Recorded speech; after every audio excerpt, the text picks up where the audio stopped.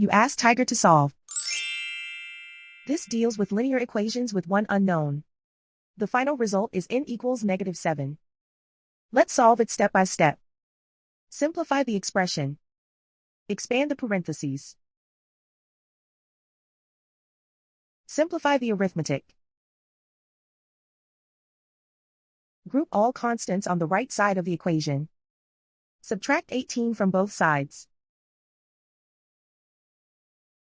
Group like terms. Simplify the arithmetic.